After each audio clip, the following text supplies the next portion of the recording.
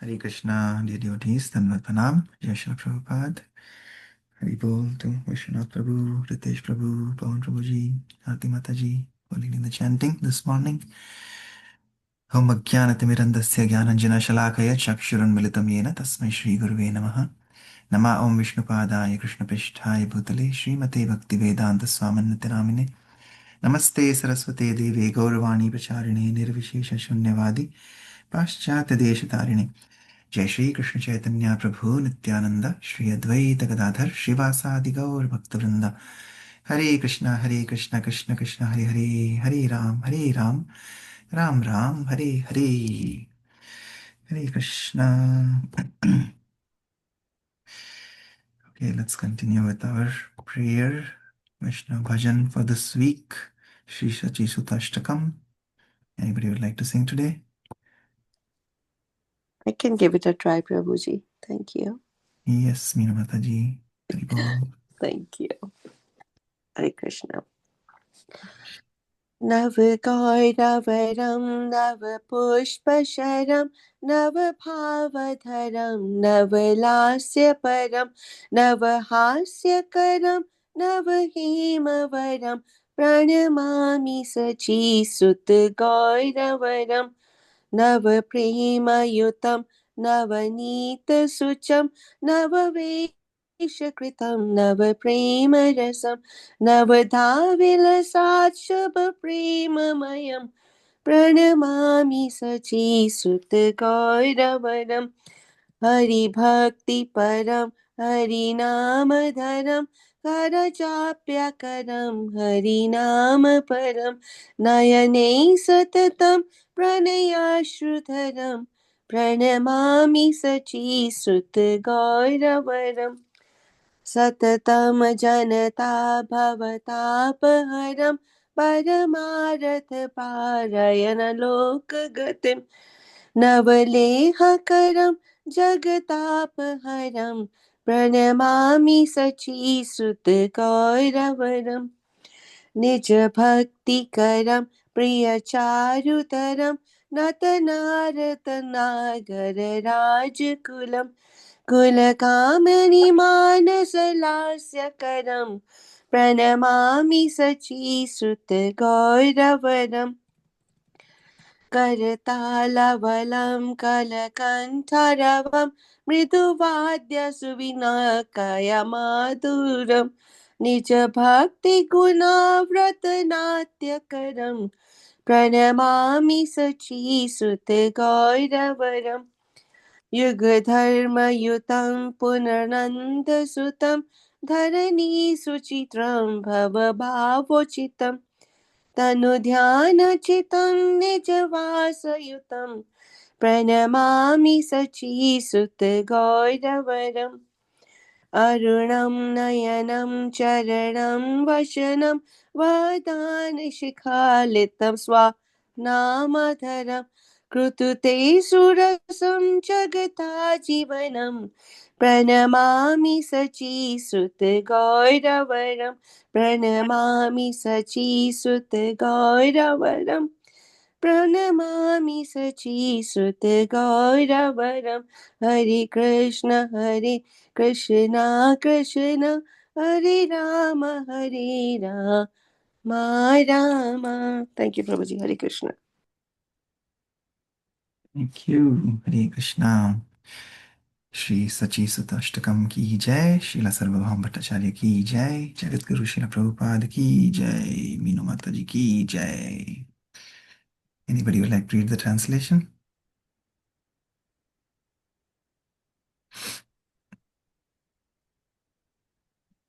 Okay. I can read, Prabhuji. It's okay. My throat is... His complexion is a hue of fresh cream tinged with kumkum. He is the ever-fresh Cupid who shoots arrows of newly blossoming flowers. He bears newer and newer moods of emotional ecstasies. He is fond of performing novel dances. He makes ever-new jokes that cause much laughter. His brilliant luster is like freshly cast gold. I bow down to Gora, the beautiful son of Mother Sachi. He is endowed with ever-fresh love of Godhead. His radiant luster is like the color of fresh butter. His fresh attire is arranged in ever new fashions. He relishes ever new mellows of love for Krishna. He shines in ninefold ways while executing the ninefold processes of devotion. He is permeated with the most auspicious loving nature. I bow down to Gora, the beautiful son of Mother Sachi. He is absorbed in devotion to Sri Hari. He maintains a chanting of the names of Hari. While chanting, he counts the holy names on the fingers of his hands. He is addicted to the name of Hari. He always has tears of love welling in his eyes. I bow down to Gora, the beautiful son of Mother Sachi. He is always removing the suffering of material existence for mankind. He is the goal of life for persons who are dedicated to their supreme interest. He inspires men to become like honey bees, eager for the honey of Krishna Prema. He removes the burning fever of material world. I bow down to Gora, the beautiful son of Mother Sachi. He motivates pure devotion unto himself. He is most attractive to his beloved servitors. By his dramatic dancing, he exhibits the characteristics of the king of paramours. He causes the minds of beautiful young village women to dance. I bow down to Gora, the beautiful son of Mother Sachi. He plays kartalas as his throat emits sweet, melodious sounds, and the vibrant notes of the veena are softly played. He thus inspires the devotees to perform dramatic dancing that is infused with aspects of his own devotional service. I bow down to Gora, the beautiful son of Mother Sachi. He is accompanied by the Sankirtana movement, which is a religious practice for the age of Kali. He is the son of Nanda Maharaj come again. He is the extraordinarily brilliant ornament of the earth. His preaching mood is suitably adapted to the cycle of birth and death. His consciousness is fixed in meditation on his own form of Krishna. He is always accompanied by his transcendental abode. I bow to Gora, the beautiful son of Mother Sachi. His eyes, the soles of his feet, and his clothing are reddish like the color that heralds the rising sun. As he utters his own names, his voice falters. He awakens a sweet flavor to life throughout the universe. I bow down to Gora, the beautiful son of Mother Sachi. Thank you, Prabhuji. Hare Krishna. Hare Krishna. Thank you. Which verse would you like to reflect on today? Yesterday you did the third verse. um, I was thinking a 4 and 5. It's a mixture of 4 and 5. I can think of the one that says he motivates pure devotion onto himself. So there's a little story I can share. There was a really downpouring rain coming down one day, and everybody's kind of running to get a shade under a tree. So this man, he's standing there quietly while everybody else is cribbing. Why is it raining? My bills have gotten warm. Wet. I have to go to work. I'm late for this. I have to do this. Everybody's cribbing, and suddenly he sees a man coming through, get the shade under the tree, and with him is his little daughter, and she's also jumping, and you know how we frolic as a little girls, like having fun dancing in the rain. And what he noticed that everybody has their hands on their head, covering, trying to protect themselves from the rain. This little girl has her hands out, like spread out, and she's collecting the rainwater and she's drinking it. And as they come under the shade, father is oblivious to what the girl is doing, and he's on his phone or whatever else, not distracted. So the girl asks her father a question, that, Dad, why does it not rain every day? Because she was really enjoying the rain. So something struck to this comment kind of struck to him, and he's like, you know, God's mercy is there every day, whether it's in the form of rain or sunshine or whatever else night. It's us who either we try to protect ourselves to get that mercy, or we spread our hands out like that little girl and absorb that mercy and take it in. So this is what number 5 kind of brought that to my mind, that his pure devotion, he motivates us. He's motivating us through different ways. Like there's a bhajan that says that one of the exalted devotees, not really from ISKCON, but there are many sadhus, there are many people who are connected to God, and they're very exalted. And there's a bhajan that he starts to eat roti, and a dog comes and runs away with his roti. So instead of shooing the dog away, this sannyasi runs after him with a bowl of desi ghee. That, hey, why are you eating sukhi roti? Come and have it with ghee. That God is in you and God is in me within myself as well. It's not your fault or mine that you took up form of a dog and I was born as a human. So, just a couple little stories that came to my mind. Sorry, Prabhuji. Hare Krishna. Thank you. Thank you.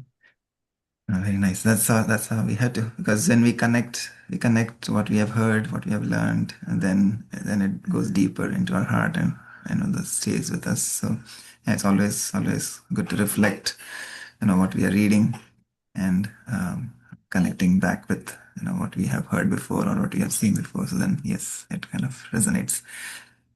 Yeah, but yeah, like you rightly said, the mercy of the Lord is there, for everybody around the world. The Lord is not partial. The Lord is always equal to everybody. But yes, He does say that He sometimes becomes partial to His devotees, because as you reciprocate, He also reciprocates. Just like a parent may have 5 kids, but one kid, like Prabhupada then also tells that story, that if there are 5 kids, like 5 sons one father had, he brought rasgullas, and all the kids started eating the rasgulla, but there was one kid, he didn't eat the rasgulla. He actually brought it back to the father, and he said, "No, you first eat it," right? And then the father put him in his lap, and then the father didn't eat it, but he, with his loving hand, he fed the child again the rasgulla, right? So why was that gesture different? Because this one little boy, he first wanted to offer his love. Of course, he knew everything is given by the father, right? But still, he wanted to offer it to the father first. And the father, what did he do? He didn't eat, but he actually fed it to the boy. Maybe later he ate it also. But the point is that yes, it's everything belongs to the Lord. What can we give him? Right? We can only give him our love. So that is the bhav. And the mercy, yes, is there for everybody, but not everybody wants to take it. But whatever be the situation, like I was sharing in the evening reading a couple of days ago, this um, small pastime that Radheshyam Prabhu was sharing about a devotee who was going for book distribution, and then he met with an accident, and he injured his hands, and his legs got injured. So the temple president, who was thinking about this, he said, "Oh, now I have to go and meet him. But what will I tell him? He may ask me, why did God do this to me? I was doing book distribution, helping to preach, share the Krishna consciousness to people around, and still God made me get through this accident." So in his mind, the temple president was thinking, what will I tell him? But then he goes to the hospital, and then actually he sees that this devotee is, instead of being in somber mood or crying, he's actually more radiant, more smiling, more joyful. And then he asks him, "What happened? You went through this accident, and I see you're even more joyful than before." So then he says, "See, this is Lord's mercy. That I was only distributing the book so far, and I hardly had any time to see." He was a brahmachari, so he was just going out on book distribution, But some of the books that he was distributing, he had not even had time to read, because every day he had to go 8 to 10 hours on Sankirtan distribution. So you're saying, see how merciful our Lord is, that now 3 months the doctors advised me bed rest because of fractures and injury. So now in this 3 months I can actually read some of these books which I have not read, right? So that's a point, that the devotee's perspective is always that everything that happens happens by the sweet mercy of the Lord, and they take every situation that comes in their life positively. So that's a very, very important lesson for all of us. And this is a real life story, right? In Pune, or wherever in ISKCON temple, he didn't say the name. But yeah, the point is that we should also think like that the mercy of the Lord is always there. Even if something apparently bad, we think according to our conditioning, but still there is always a good about, from that will happen to us. Because like we were saying the other day, everything that happens ultimately by the sanction of the Lord, right? Without the Lord's signature, not even a single event happens. So So when we take it that way, then we see, okay, in that situation that we are in, even though it may look struggling situation, challenging situation, still what is it that we can do to, grow our Krishna consciousness in that situation? So that should be our mood, because mercy of the Lord is always there. We may have to suffer, just say, Maharaj would say that, sometimes that, and again, this teaches us humility, because only with humility, when we bow down, like we say again and again, the Spirit is telling us to bow down to Gaura, bow down to Gaura, bow down to Gaura, right? So when we bow down, then that means we are showing surrender, we are showing humility. And only when we have humility, then we can actually chant the holy names. And only when we chant the holy names properly with Shuddha Bhav, then we can get purified. Otherwise, it may just be mechanical, right? So it's a gradual process, it's a sequential steps. So surrender, because sometimes we may have to, like I was saying, Maharaj will say that sometimes somebody would criticize us, somebody would tell us bad things, right? We should still take it. Okay, there's nothing to reciprocate, or nothing to shout back or argue or criticize, right? Like I say, Vaishnava Aparadha and Vaishnava Ninda, both we should avoid. Um, so, so yeah, Maharaj would say that, for that particular thing that happened in our life, somebody criticized us. Actually, we may have done so many bad things that actually we deserve a juta, right? We deserve, we deserve a beating for that.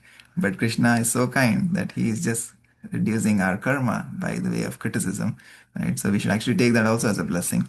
That yes, maybe I have done something bad. Actually, Prabhupada, that incident that we talked about in Montreal, some Indian guy is criticizing Prabhupada after the lecture, and Prabhupada asked for questions, right? And out of all the people who are Canadians there, this Indian guy who apparently had come to meet Prabhupada before also, but after Prabhupada finished that lecture and he asked for questions, this guy started criticizing, standing up and saying that why are you preaching this in here, and how can you say only Krishna is God and all that, and then he started blaspheming Prabhupada, but Prabhupada didn't take it seriously that time. And later, actually, when he was leaving Montreal, Canada, he still asked Guru Maharaj to bring that person. And Maharaj was saying, why do you want me to bring him? He criticized you and he blasphemed you. And Prabhupada says, no, I would have done something to him in my past life. So that's just, how he took it. So again, as he just took it as mercy of the Lord. So yeah. So yeah, Gaura is very, very merciful, the most beneficent incarnation, as we say. So we should always take everything that happens in our life as mercy of Lord Gaura. Okay, let's continue with Srila Prabhupada Lilamrit. So yesterday we saw Prabhupada is was in Australia, Auckland. He was traveling again, and he was saying about how he can use again everything in the service of the Lord, right? Even though, again, same mood, Prabhupada was also not able to sleep in the night. 1.5 hours only was able to sleep. But still, he said, that is good for spiritual life. We have to sleep less for spiritual life, right? So he was able to use that time also in Krishna consciousness by translating more, by dictating more, and by doing more translation of the Srimad Bhagavatam purports. So we see again the same mood that Srila Prabhupada has. He's showing practically, it's not just words, right? He's doing walk the talk, right? So he's showing that yeah, if he's not able to sleep, also he's able to utilize that time in the service of the Lord. So that is so wonderful. And of course, also Allahabad, he came to Prayag and he attended the Kumbh Mela. And even the small books that Prabhupada was writing at that time, he was showing again that these yogis and Mayavadis, who are teaching that there is no God or God is impersonal, he was proving that substantially through his small books. So we read his small books also in our morning and evening readings. Reminded me one story as I was reflecting on that past time when Prabhupada was in Allahabad. For the Kumbh Mela, as he went yesterday, like we talk, the chapter that we are reading is the lame man and the blind man, right? So once Prabhupada was at the Kumbh Mela and with his disciples, and he was about to cross the river Ganga at that time, and then there is one yogi who comes, and his followers are also there, and then that's the yogi. He crosses the river like how like you were saying yesterday, Anima, Lagima, all these siddhis are there, right, with the yogis. So he just crossed the river, by walking on the river. And then these followers of that yogi tell Srila Prabhupada's disciples, so we heard your guru is like a international guru. Let's see, our guru, he can cross the river just by walking on the water. So um, so then the disciples of Srila Prabhupada come over to Prabhupada and they tell him that this is what they're saying. And then Prabhupada tells them, okay, you go and tell them that I I didn't want to waste 50 years of my life for you know thing that can be done with 2 rupees. So it just takes 2 rupees to cross this river. He has wasted 50 years of his life just to get the Siddhi, right? So which is just equivalent to 2 rupees. So I don't want to waste my 50 years. I would rather, you know, worship the Lord, glorify the Lord, chant the holy name, right? So again, the point is that people in this world, they for material name, fame, recognition, if that is what the ultimate goal is, then yes, you will have it. But for bhaktas, for Shuddha bhaktas, for pure devotees, these Anima, Lagima, all Mahima, all these Siddhis, Ashtasiddhis are all standing their arms and they're running behind the devotees. So the devotees don't actually show even their qualities of siddhis that they may have. But Prabhupada's point was very, very hard, and then his disciples were so amazed with what Prabhupada just said that yes, for 2 rupees worth, it's just 2 rupees worth of siddhi what he has. So there is much, much more than that. So okay, continuing further, Prabhupada is in Orissa actually now in Bhubaneswar, and His Holiness Gaur Govind Maharaj is about to do the cornerstone laying ceremony of ISKCON Bhubaneswar. This is January of 1977. Okay. Srila Prabhupada said Krishna's flute can be heard Krishna's flute can be heard in the 10th canto, and chapters 29 to 34 are the smiling face of Krishna.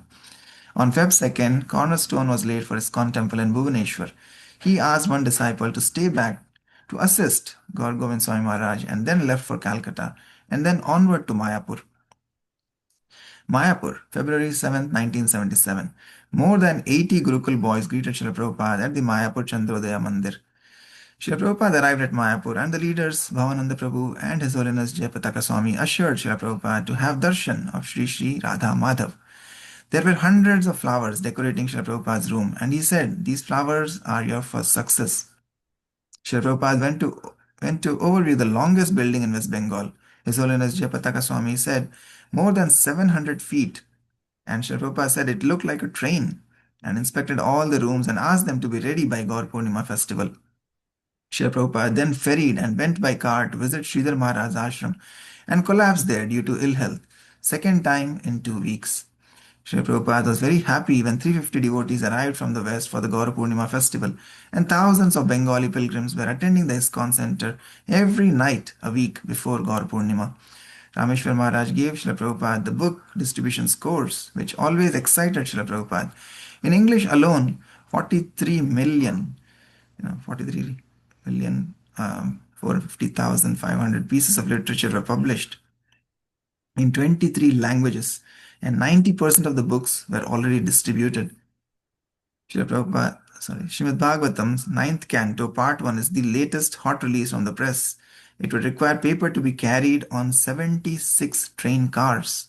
Srila Prabhupada thanked all devotees and said, "This is the blessing of my Guru Maharaj." The Gaur Purnima festival happened in a grand scale, but Srila Prabhupada, in spite of ill health, took part in all programs and preached and gave initiations and second initiations, but did not travel to Vrindavan for the second part of Gaur Purnima due to ill health. He spoke to all the GBC's temple presidents and encouraged them to preach the message of Krishna consciousness nicely. On March 18, 1977, New York declares Hare Krishna movement as bona fide religion. Tamal Krishna Goswami read to Srila Prabhupada. Swarup Damodar Maharaj was there and he updated about preaching in Manipur. On March 22nd, Srila Prabhupada reached Bombay. Temple was not yet complete. Srila Prabhupada was hopeful to fulfill his promise to Radha Ras Bihari soon. Srila Prabhupada moved to his new quarters, although not ready yet, and then gave a Pandal program which was not attended in large numbers due to political turmoil of Congress losing out to BJP in elections, and in spite of ill health, continued his preaching. Srila Prabhupada preached every day at Bombay, focused on his writing, met with his disciples, gave darshan at specific hours, and in this way left Mumbai to reach Rishikesh. The God Purnima festival in March of 1977 happened in a grand scale. Srila Prabhupada, in spite of ill health, took part in all the programs and preached. He spoke to all the GBC's temple presidents and encouraged them to preach the message of Krishna consciousness nicely. These are the early days of Mayapur. I have done my part, chapter 52. Srila Prabhupada was in Rishikesh, little unwell, but he taught all his disciples how to cook and said that only a lazy person cannot cook. Suddenly, Srila Prabhupada said that he could leave at any time, hence wanted to go to Vrindavan. There was storm and power failure for 2 nights continuously, and it was very hot, and Srila Prabhupada's hands were swollen. Srila Prabhupada said the symptoms are not good and wanted to go to Vrindavan if he has to leave his body. Since train tickets were not available, Srila Prabhupada with Tamal Krishna Goswami and Upendra Prabhu and driver Damodar Pandit left by car to Delhi, reached Lajpat Nagar, ISKCON Center, after 4.5 hours, and then Srila Prabhupada rested that night there, and next morning, 5 a.m., was ready to leave for Vrindavan. Srila Prabhupada gave class in Vrindavan and explained, Kirtir yasyasya jivati. If we are engaged in the service of Krishna, we would live forever. Still, Srila Prabhupada was preaching from his room in Vrindavan. Srila Prabhupada told Tamal Krishna Goswami to arrange for 4 to 5 people to always be around him and also arrange for Kirtan and Srimad Bhagavatam reading. Srila Prabhupada agreed to write a will where all his last instructions would be given so that he could continue to write his books with no worries such as taking care of management, etc. His Holiness Jayapataka Swami gave glowing reports of preaching in Mayapur and especially in Bangladesh, Dhaka. Around 10,000 people turned up. His Holiness said that there was a prospect of a temple in Bangladesh. Srila Prabhupada especially wanted to know about Mohammedans. His Holiness Jayapataka Swami said they were very willing, since when questioned if they were Hindus, they said no, we are Vaishnavas. And Srila Prabhupada acknowledged it and said, Asamordhva, no one equal or greater than God. His Holiness Jayapataka Swami said they were working on getting a place and get the society registered. Srila Prabhupada said Jayapataka should do everything very seriously. It is increasing, and he added approvingly. His Holiness Rameshwar Swami gave book distribution report which exceeded all previous course. Other GBCs arrived and gave reports about all around the world, and Srila Prabhupada would get very excited to hear the report. Srila Prabhupada said his condition is the same whether he lived or died. He gave an example of a threshing machine, whether here or anywhere, would perform this function. So, a pure devotee, whether here or anywhere, would preach Krishna's message and serve Krishna. But from his body's condition, Srila Prabhupada knew that he was going to leave this world soon. GBCs had come to ask specific questions about initiation after Srila Prabhupada left the world.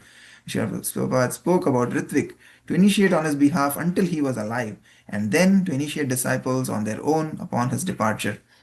GBC would be the final authority for decision making. Srila Prabhupada's health seemed to be getting better, and GBC dispersed and went back to their locations. Let's pause here for today. Yes, so it's again very, very clear here. Prabhupada made it very clear that while he was alive, because that is the Vaishnava etiquette, when our spiritual master is there, no disciples can initiate.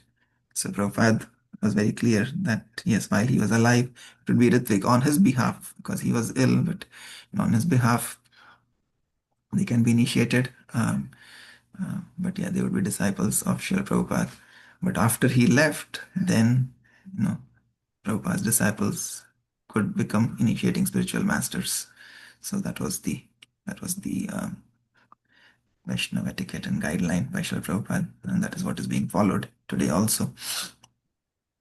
And then yes, everywhere we see here Jayapataka Maharaj. I was remembering one recently. I was reading some time ago about Jayapataka Maharaj and how he has so many disciples. Again, out of mercy and compassion, all these Prabhupada disciples.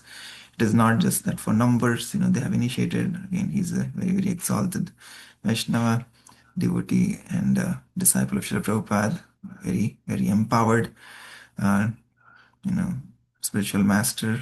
Srila Prabhupada single-handedly Maharaj has done in his like whole Mayapur, West Bengal, of course, and many other places in South India. There are many disciples of His Holiness Jayapataka Swami Maharaj. And like we read today, Bangladesh also, I was reading recently where it was mentioned like Maharaj has more than like 50,000 disciples and just around that area. And once I think he was going in a helicopter somewhere, and the helicopter had some niggle, and it had to be landed, brought down or landed in Bangladesh. And when people heard that Maharaj is coming, everybody came like storming to that place. So again, it was just wonderful that you know um, wherever pure devotee travels, people again, the devotees there were so inspired, and so many thousands. So this person who was mentioning the story was my Guru Maharaj's disciple, my god brother. So he was mentioning that he was traveling with Jayapataka Maharaj, and when the helicopter had to be landed in Bangladesh, and suddenly there was thousands and thousands of devotees who came there just to meet Maharaj. So again, that is by His mercy. So this was probably a recent incident, maybe a decade or so ago.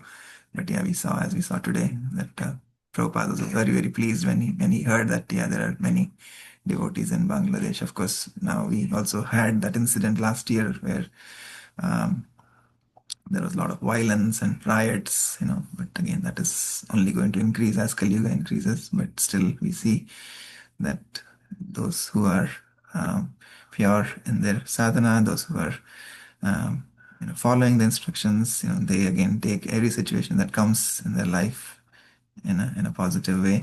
And of course, yeah, ISKCON that stood up for that instead for those riots. It was not like we are taking everything just by not saying anything. Right? There was a lot of revolt that happened against those incidents. Um, but still, we see, yes, that the journey continues, right? And those kind of challenges have been there all along, even when Krishna was there on the planet. Pandavas had to go through so much of struggle and battles, with their own family members. So what to speak of now?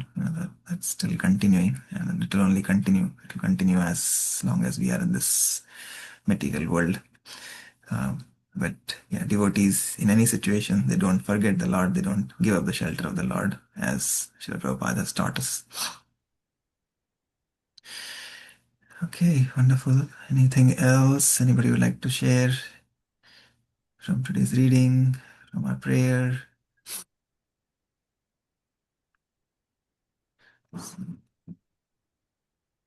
It's time to do our part now. Prabhupada has done his part, right? And we are all part and parcel of the Lord. So, Hare Krishna, Prabhuji. Hare Prabhuji, Krishna. thank you for uh, showing us all this and getting us to the Krishna consciousness. Even yesterday and today, it was awesome. I really liked the way you uh, indulge the Krishna's consciousness and Prabhupada's teaching to the regular things that happen around us. Vinu Mataji was very good while giving the examples, and just being a part of this Krishna consciousness gives us immense help. I've been like, I had a back fall a few days back, and my even like walking, talking, and doing simple things is getting very hard. I've been to the ER, and one part of the body still has a lot of shooting pain. But by reading it, I just forget the pain by whatever I'm doing. So thank you, Prabhuji. Hare Krishna. Sorry to hear that. Yeah, I thought probably you were traveling, so I didn't reach out. But that's so inspiring to hear. But yeah, we pray to Lord Shri Krishna and to Srila Prabhupada and our Guru Parampara that may they bestow their mercy and may you recover quickly. Thank you, Prabhu. So despite all that challenges, you're coming and joining the call and leading Japa. That's so inspiring. Hare Krishna. Yeah, this world is Dukhalayam, as we say, but yeah, again, like we say, Krishna always gives as much as his devotees, to the devotees in a regulated manner, right? Sometimes, yeah, we all go through lots of ups and downs, but that is where our test is. And if we hold on to the lotus feet of the Lord despite all the challenges, then that is our That is how we pass the test of surrender, that have we really surrendered to the Lord. Because otherwise, yeah, like you said rightly, everybody is going through something or the other. And yesterday only in my office, I was talking to one person who came to my desk, and he was like so concerned that there are so many layoffs happening, and projects are going away, and just so what all kind of problems people have, right? Just sometimes more than bodily stress, it is bodily pain. Sometimes the mental stress is even more torturing for people, right? So much of anxiety. Somebody said something in the office to him, and then he was so upset about it, and so it's just like, yeah, I was just telling them that, yeah, if we take shelter of the Lord, then we are free from anxiety, basically, right? Because and it's like if you know that the most important person in the world, like the president, the prime minister, and they know you, how much of confidence we'll have that, okay, whatever problem we have, and at least we have somebody who's so powerful that they will take care of us. Imagine that we have the shelter of the Lord, who's the most powerful, the supreme controller of everything. We have taken his shelter, then he is the one who is orchestrating our life.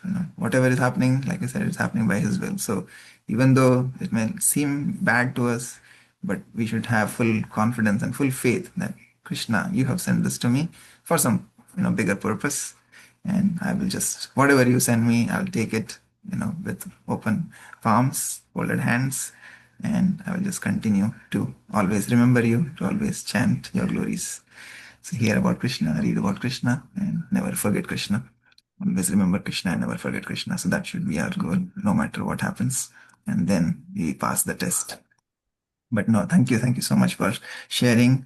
And that is so inspiring that despite all those physical um, challenges that you're going through, still you're finding comfort in the lotus feet of the Lord. It's like the Lord is holding you in his palms. So no worries. Thank you. Hare Krishna. Hare Krishna, Prabhuji. Thank you. Hare Krishna, Pritesh Prabhu. Let us know if you need any help, Prabhu, in the cause of Adam or anything. Yeah, Mataji. Thank you so much. Hare Krishna. Hope you feel better, Prabhu. Thank you, Mataji. Thank you so much. Hitesh Prabhu is a pharmacist, so God is he's taking care of. He gives medicines to everybody else. Now Krishna will give him medicine to recover. So thank you, Prabhu. Okay, Hare Krishna. Thank you all. Vanchakalpatarubhyascha kripa sindhubhyaiva cha patitanam pavanebhyo vaishnavebhyo namo namaha. Anantakoti Vaishnavrinda ki jai. Jagadguru Srila Prabhupada ki jai. Srila Prabhupada Leelamrit ki jai. All the wonderful devotees ki jai. Thank you all. Nitai Gaur Premanande. Hari Hari Bol. Hari Hari Bol. Thank you, Prabhuji. Have a great day, everyone. Get well soon, Ritesh. Hare Krishna, Hari Krishna. Bol. Hare Krishna. Hare Krishna. Hare Krishna. Get well soon, Prabhuji. Hare Krishna.